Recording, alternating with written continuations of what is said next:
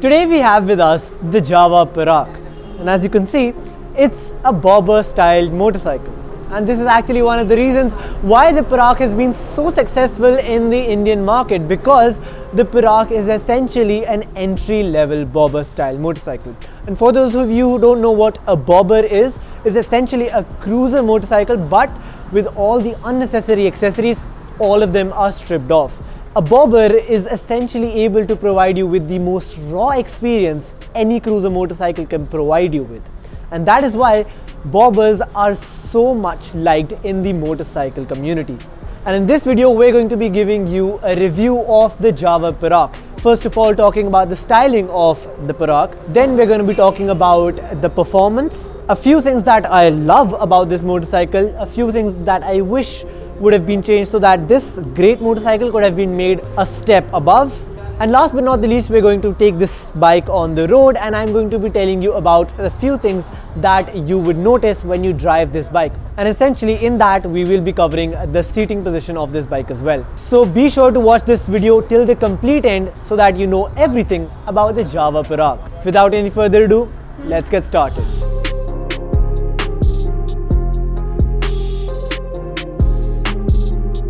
Alright, so let's start off with the styling of the Jawa Perak, but there are a few changes in this particular bike, and I will be telling you them beforehand because these accessories have just been added to show the customers what the Jawa Perak can actually come with. So first accessory that has been added to the Jawa Perak is of the LED headlamp cluster. In the normal Jawa Perak, you get a normal halogen bulb and not a projector headlamp or a LED headlamp. In this bike, a LED headlamp has been added. The second thing is, if I turn this bike on, as you can see, these indicators are now flashing, and once again they are LED. This once again is an accessory that has been added to this Perak, and in the normal Jawa Perak they do not flash like that, and they are normal halogen bulbs. So that is the second accessory that has been added to this bike. The third one is actually of the leg guard. In the normal Jawa Perak, as standard, you do not get any kind of leg guard, but in this bike it has been added, and as you can see, we have the Jawa branding on it as well. Once again, this is an accessory that has been added onto the normal Jawa Perak. And last but not the least, the last accessory that we get added onto this Jawa Perak is of the Jawa shuttle bags. As you can see, we have two of them in the rear side of this bike.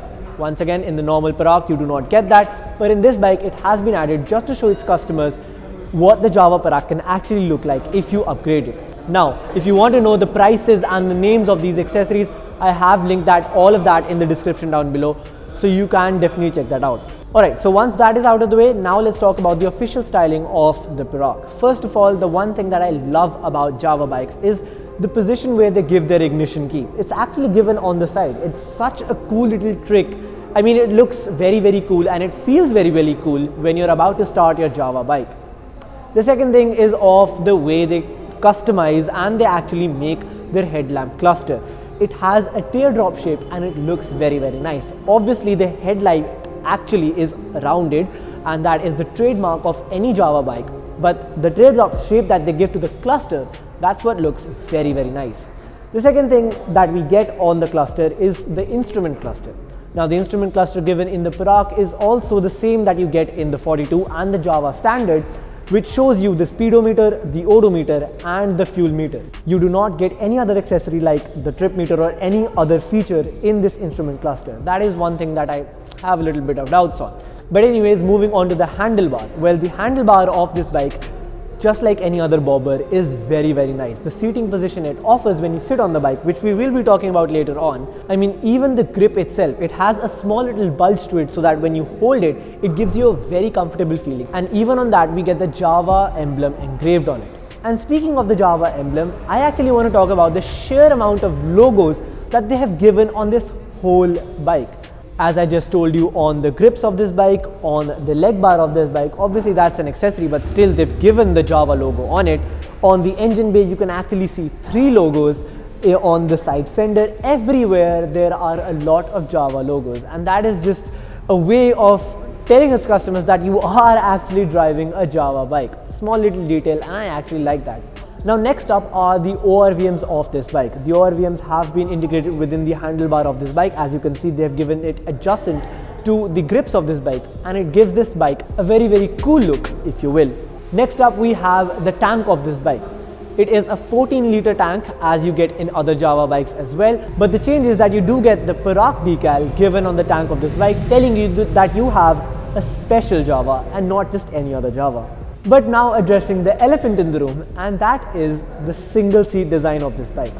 This tan color of this bike with this dark themed bike, it looks very nice, and I think it is one of the best traits of the Jawa Perak. And not just the seat over here, you actually have another Perak logo stitched onto the seat of this bike.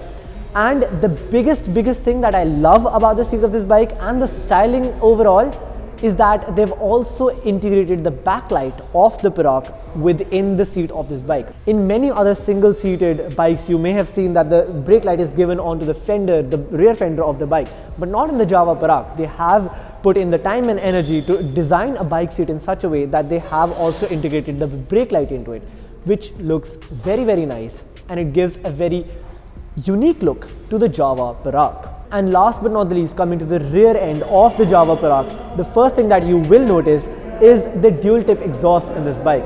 And not just any dual tip exhaust from any other Java bike, they have made a very slim pipe design which looks very nice, and they have been cut at an angle which once again gives this bike a very good look. And speaking of the exhaust, let's have a listen to how the Jawa Perak has to sound like.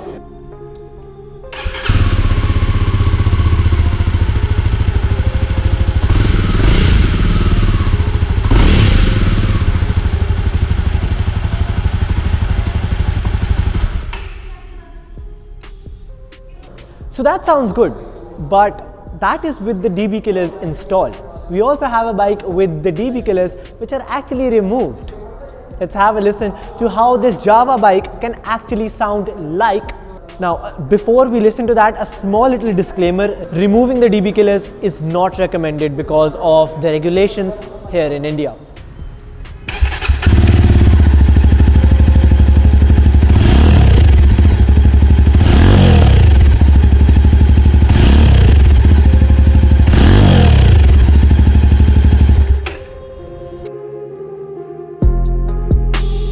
So now time to talk about the performance figures of the Jawa Perak. Compared to the other two bikes that Java has to offer in India, well, the Perak has a bigger engine, 334 cc's compared to the 293 cc's that we get in the other two bikes. The bore of this bike is actually also bigger, which in turn provides you with more horsepower and more torque. The horsepower numbers of this engine are 30 brake horsepower and 32.7 Newton meters of torque, which are larger numbers than you get in the other two Java bikes. But the best part about this engine is that it is liquid cooled, which means you can expect a very smooth engine. What's also great is that this bike engine has been coupled with a 6-speed transmission, and because of all the numbers and the bigger engine in this bike, you can expect very fun overtakes and accelerations of the Java Perak. But talking about the mileage of the Jawa Perak, you can expect around 28 to 30 kmpl in the city, which I think is great for a 334cc engine. Now, a few things that I absolutely love in the Jawa Perak, first off, has to do with the rear suspension in this bike. And what's so cool about that is that the rear suspension in this bike is actually a mono shock. You do not get two shock absorbers like in any other bike. In this bike, you get a mono shocker, which is absolutely amazing in terms of comfort, and second of all, it looks cool. The second thing that I absolutely love about the Jawa Perak has to do with the safety features in this bike. First off, you get ABS, and the second thing that you get is of dual disc brakes. Disc brakes in the front and disc brakes in the rear. Now, why I have to mention this is because there is one Java bike which gets drum brakes in the rear, but the Perak is equipped with disc brakes in the front and the rear. Now, the third thing in the Jawa Perak that I am absolutely in love with has to do with the attention to details and the position of the ignition switch. Now, I've already told you about this in the styling portion, and that is the position of the ignition switch is actually over here.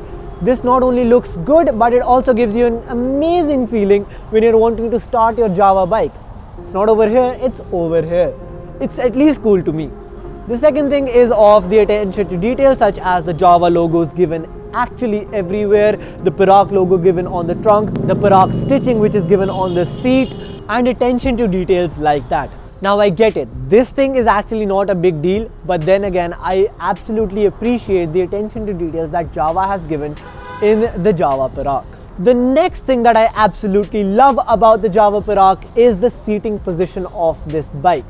Now, there are a few things that I am going to be talking about while we go for a test drive, so that's why I'm going to keep it short over here and just telling you that I love the seating position. You'll know why in the test drive of this bike. Okay, so now coming to the segment in which we're going to be talking about two downsides of the Jawa Perak. And if they would have changed these two things, I think the Jawa Perak would have been the perfect bike. But nothing in this world is ever perfect, so let's talk about the two downsides. First off has to do with the lighting in this bike. Like I said in the styling portion, with the standard Jawa Perak, you only get halogen bulbs everywhere. The indicators, the headlamp, everything in this bike is halogen if you buy the standard Perak. What I showed you in the styling segment were accessories, and you essentially have to pay extra for them. And how much you have to pay, I have linked that in the description down below so you can check that out. So that is one downside that I think the Perak has, and that is you have to pay extra for things that every other bike has at this price point. And the second downside in this bike, which I think is the biggest one of all, has to do with the tires of this bike. Now, they are great tires. We have 100 section in the front, 140 in the rear. So they're wide tires, I mean, they look good. But the thing is that they haven't given alloy wheels, and due to that, the tires in this bike are actually tube tires and not tubeless. Now, in today's day and age, every other bike at this price point is giving you at least tubeless tires. And this is the one thing that bugs me most about the Jawa Perak. But then again, if they would have changed these two things, I think the Jawa Perak would have been the perfect bike. Now time for the test drive of the Jawa Perak. But before we go on that, we need to talk about the seating position of this bike. So first of all, getting on the bike, it's pretty easy because the seating position of this bike is very low, and in fact it's the lowest in any other Jawa bike. The seat position in this bike is 750 millimeters compared to the 765 millimeters in the other Jawa bikes, and that helps you getting on and off the bike. Not to mention, it gives you a great sitting posture when you're sitting on the Jawa Perak. Now the next thing in the seating position is when you put your legs up. Now if you sat in any other bobber, you will notice that the pegs of any other bobber are actually given in front, and you actually have to sit with this sitting posture. But in the Perak, they have given it over here, in which your legs are actually making an almost 90-degree angle. Now this is actually great, at least for me. I love to sit in this posture in which I am upright and my legs are actually in full control. It is my personal opinion that it happens with me that when I have driven any other bobber, I sometimes feel that I am not in complete control of the bike when my legs are not in the proper position. With this bike, they have remedied that problem, and I love the seating posture of this bike. And the third and the last thing about the seating posture is the way that this handlebar is. As you can see, my hands are completely straight. I don't have to bend them, I don't have to lean forward, I don't have to lean backwards. It's exactly the way I wanted it. And keep in mind that I am 6'1", so I am pretty tall. But then again, if you wanted to make some minor adjustments while buying the bike, you can easily make that happen. So now that we've talked about the seating position of the Jawa Perak, I think it's time for that small little test drive in which I'm going to be talking about a few more things. Right, so when I first sat on the Jawa Perak, it was a great seating position like I have told you guys, and riding the bike was an blissful experience. But for some reason the bike I got, the speedometer of that bike was not working. But keeping that aside, if I talk about first of all the maneuverability of this bike, the monoshock absorber in the rear actually gives you a lot of help for handling this bike, and handling is one of the best things that I have found while driving this bike. For overtaking someone, for any cuts that you wanted to make on the go when you're driving the bike, that monoshock suspension and the way this bike is built, it really helps in the handling. And one thing that I love about this bike, once again, is the handling. The second thing about this bike when you're driving it on the road is the road presence this bike has. Obviously the bike I was driving, first of all, had the DB killers removed, So yes, the exhaust sound was also nice, but the road presence was actually better. Whenever I was going on a road and people saw me on this bike, they were always turning their head to see what kind of a bike this is. Yes, obviously it's a bobber, it has that kind of a road presence, but then the single seat design of this bike enhances that experience to a next level. And the feeling it gives you while driving this bike, that is something that I fell in love with head over heel. Now, talking about performance while you're actually driving the bike, yes, the performance figures do tell you that this bike is really nice and it's a powerful bike, but then on the real world scenario, it delivers that same performance on the road as well. While you're wanting to overtake someone, a single downshift and the pull of that accelerator really makes this bike take off, and that is a very good sign. At higher RPMs, this bike pulls even more, which I think is due to the 32.7 Newton meter of torque, which is a nice feeling when you're accelerating on your Jawa Perak. So overall, while driving the bike, I really don't have any problem, and it is actually very comfortable. Going over bumps in this bike, no problem at all. The suspension and the way you're sitting on this bike, it really absorbs all the shocks that you have due to the road, and it gives you a very comfortable ride. So if you want to go for a long road trip on this bike, it is very easy for the Jawa Perak. But now coming to the one and only downside that I found in this bike while driving it is the instrument cluster.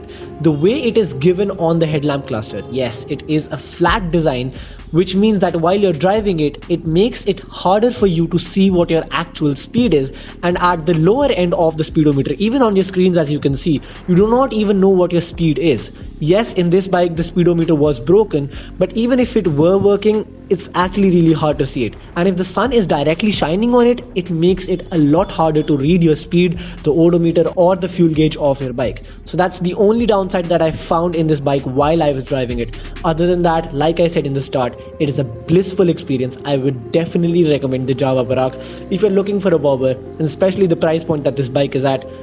It's a complete package. And so that was a detailed review from Garage Reviews of the Jawa Perak. Now my verdict on this bike would be that it essentially is an amazing bike, and if you are actually considering a bike, consider this one because it actually is an amazing bike.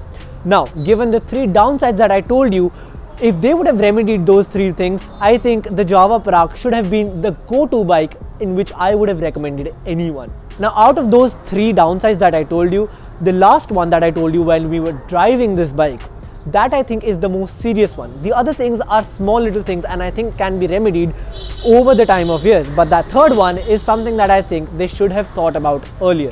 But other than those things, I think, and even you may agree with me, that the upsides of this bike far outlay the downsides of this bike, and I am a complete fan of the Perak. Once again, this was all for this video. If you like this video, please give us a thumbs up, comment down below what you think about the Perak, share this video as much as you can, and a subscribe to this channel would be an amazing thing. That's all for this video guys. I'll see you in the next one. Thank you for watching.